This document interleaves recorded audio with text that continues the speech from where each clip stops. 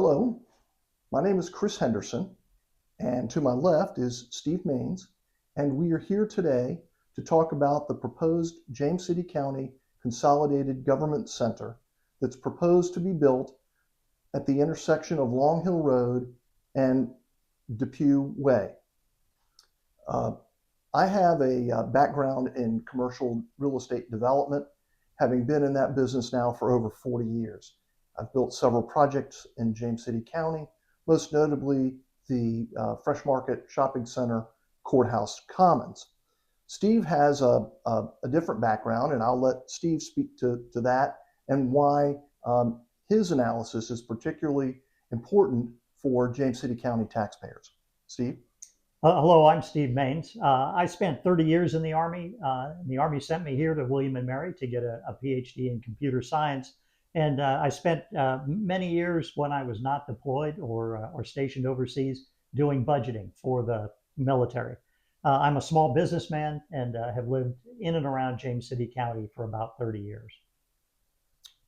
Terrific. Well, we should probably begin with the project history. The project was initially discussed 10 to 12 years ago when the Board of Supervisors began to look at the long-term facility needs for county government. And what they then did was to authorize a facilities use study to look at existing facilities and long-term needs for the various departments. A decision was made that the county would like to consolidate on a more centrally located facility that would be convenient for the majority of county residents. The geographic center of the county is actually at the intersection of Longhill Road and Old Town Road, so the proposed location is actually very central. Part of the discussion and justification for the municipal complex is that the county believes that they will derive significant revenue from the sale of the existing complex and that they will create savings in employee time in avoiding the transit requirements between a variety of locations as they currently occupy today. So the county had authorized this study. They utilized a variety of consultants, and the consultants determined that the county was going to need approximately 240,000 square feet of space, and that it currently had 118 to 120,000 square feet. And they thought about how that space should be configured and what cohorts and departments should be within the building. So they went through a planning process with an architect and engineer to kind of determine the scope of the facility. Well, interestingly enough, one of the consultants who provided feedback to the Board of Supervisors with regard to the existing facilities then submitted, at the height of the COVID outbreak, an unsolicited PPEA, which is a Public-Private Education Act proposal for a new county complex. That's troubling on a couple of areas because typically consultants are not allowed to use proprietary information given to their clients for their own personal benefit. That fact notwithstanding, the county submitted the proposal for open bid during the middle of COVID and received one competing proposal. As a commercial real estate developer on the largest project in James City County, that fact is simply stunning. There should have been 10 or 20 bidders on a project of that size and importance to James City County.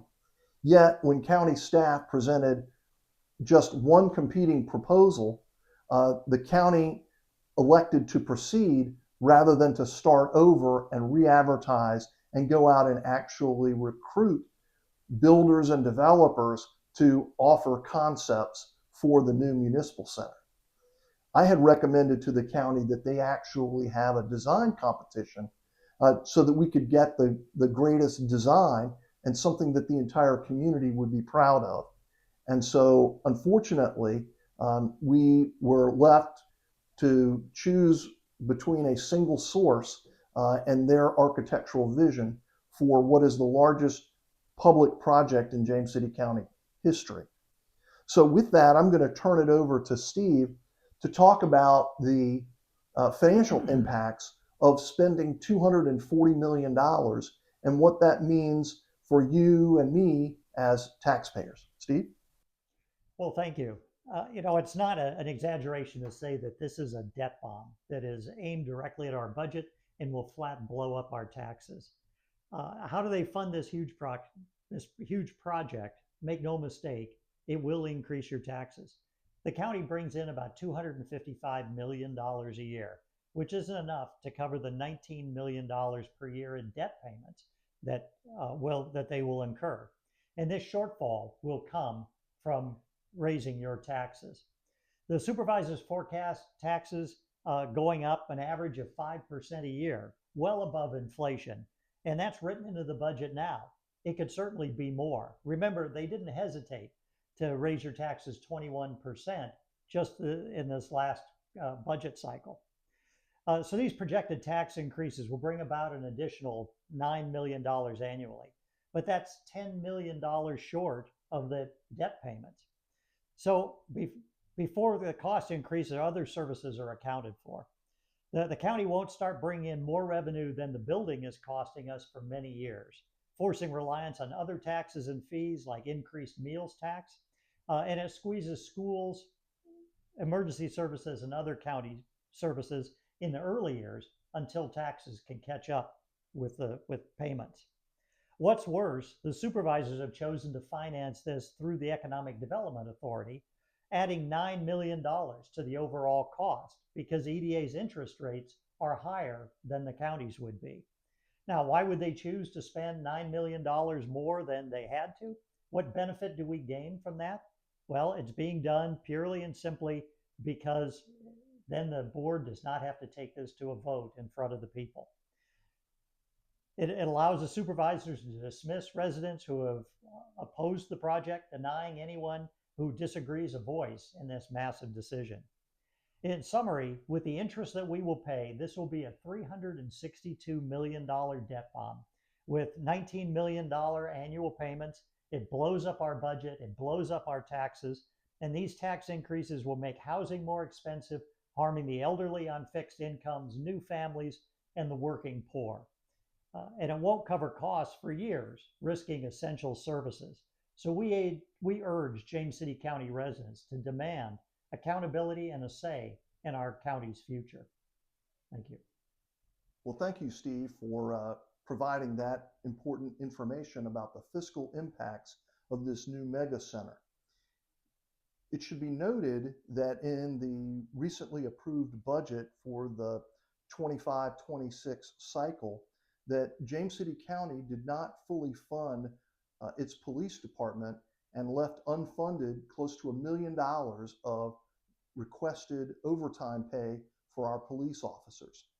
And this is particularly important as we approach the 250th anniversary of the signing of the Declaration and the anticipation of tens of thousands of additional visitors to James City County and Williamsburg. So the board doesn't fully fund the police department. They neglected to provide funding to the school system for the pay equalization study. And so now the school board and the school administration is looking at a shortfall of approximately $14 million in teachers' pay. And a recent study was released about the salary brackets within the region, and James City County now falls in the lower 50 percentile, and we should be in the top 50, and I would argue in the top 25% of regional payers for our educators. So what we have is we've got a Board of Supervisors that's committed to building a monument to themselves that is not needed and that denies funding for critical community services like our police department and our teachers.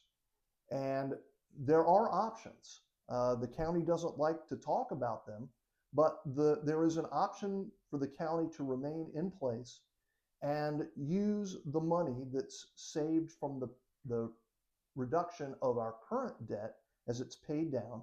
There'll be approximately $15 million each year in savings as the existing debt gets paid down.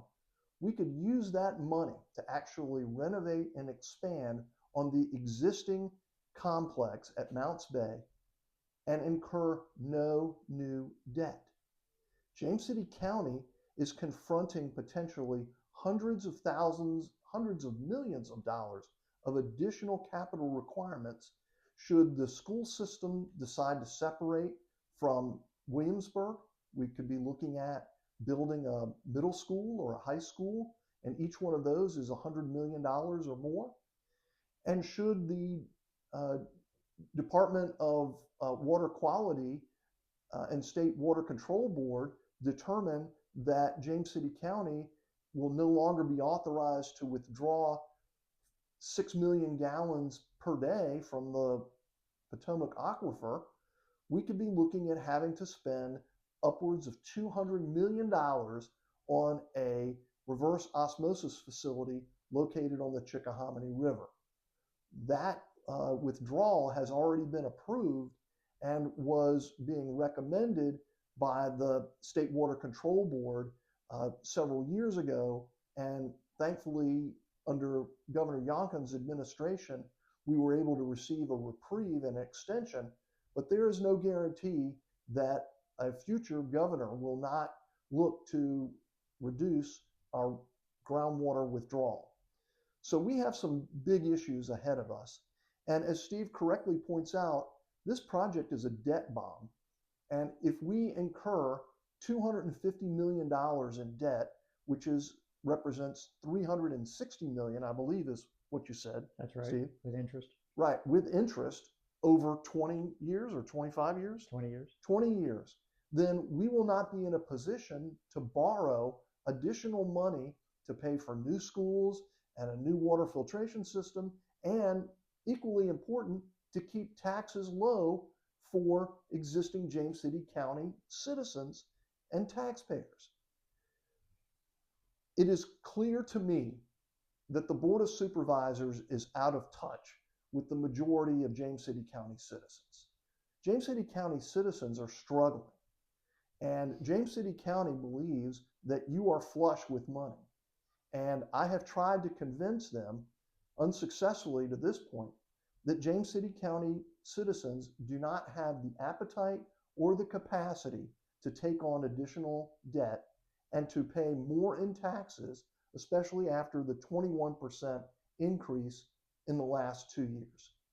The budget, as Steve correctly points out, shows programmed in that there will be 7% increases in the years where they reassess and 3% in the non-reassessment years, which means that the administration is expecting more new housing to come online to help bridge that, which is growth that's simply not warranted and cannot be justified.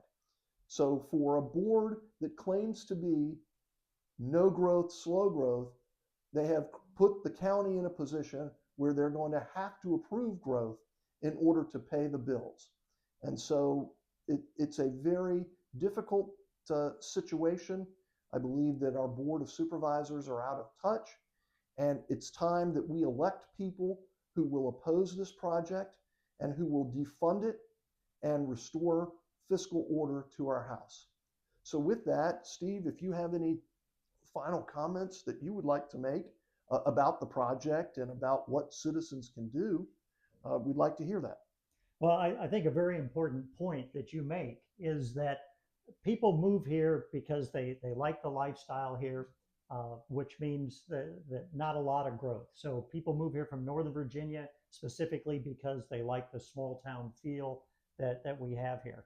They also like the lower taxes, and that is something that we are rapidly losing. That we're allowing growth so that our traffic gets worse and worse. At the same time, we're raising the taxes so that we can keep up with Northern Virginia, and we just don't want that. Well, thank you, Steve, and thank you for watching and listening. And we hope that you will get engaged with your Board of Supervisors and that you will vote and that you will vote for candidates who oppose the debt bomb and the fiscal insanity. Thank you. Thank you.